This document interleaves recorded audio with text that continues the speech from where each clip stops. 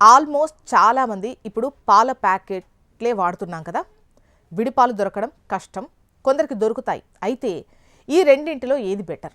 Packet పాలు బెటరా, loose పాలు బెటరా? కొన్ని ప్యాకెట్ పాల బ్రాండ్స్లో కొలిఫామ్ స్థాయిలు ఎక్కువగా ఉన్నాయని ఆరోపణలు వచ్చాయి. సోషల్ మీడియాలో నెటిజన్లు పాల ఉత్పత్తుల భద్రత గురించి ఆందోళన వ్యక్తం చేశారు. దీంతో food safety and standards authority of India FSSAI తనిఖీలు ముమ్మరం చేసింది. అయితే తయారీ లోపాలు ఖండించింది. రవాణా లేదా రీటైల్ నిల్వ టైంలో ఈ సంభావ్య కోల్డ్ చైన్ అంతరాయాలు కారణం అని చెబుతోంది. ఈ క్రమంలో మనం ప్రతి ఉదయం మరిగించే పాలు నిజంగా సురక్షితమైనవా?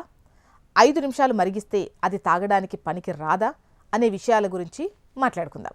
భారతదేశంలో ప్యాకెట్ పాలు సాధారణంగా HTST పాక్చరైజేషన్కు గురవుతాయి.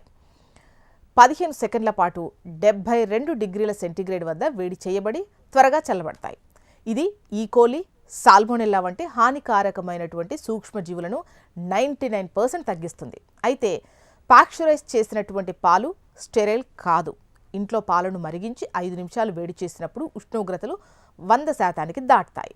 ఆ ప్రక్రియ కొలిఫామ్ జీవులతో సహా మిగిలిన చాలా వృక్ష సంబంధమైనటువంటి బ్యాక్టీరియాను నాశనం చేస్తుంది. ఇది రెండవ భద్రతా పొరగా సమర్థవంతంగా పనిచేస్తుంది. కానీ ఇక్కడ ఒక విషయం మనం గుర్తుపెట్టుకోవాలి. మరిగించడం వల్ల ఈ రసాయన కల్తీలు తొలగించబడవు. పాలలో యూరియా, డిటర్జెంట్, కాస్టిక్ సోడా లేదా సింథటిక్ సంకలనాలు ఉంటే గనక వేడి వాటిని తటస్థీకరించదు.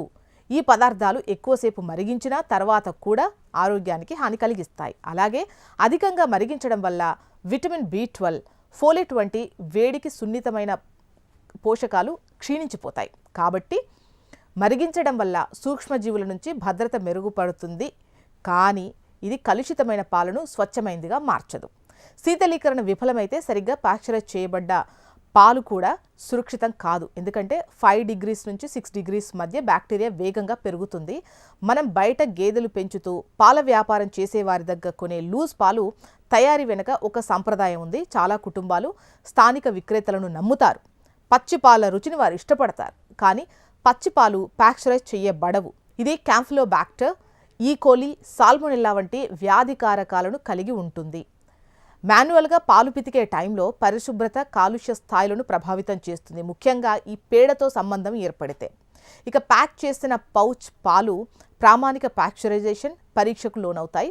ఇవి పర్యావరణ కాలుష్యం నుంచి సీల్ చేయబడి కొలిచిన పరిణామాలు లభిస్తాయి.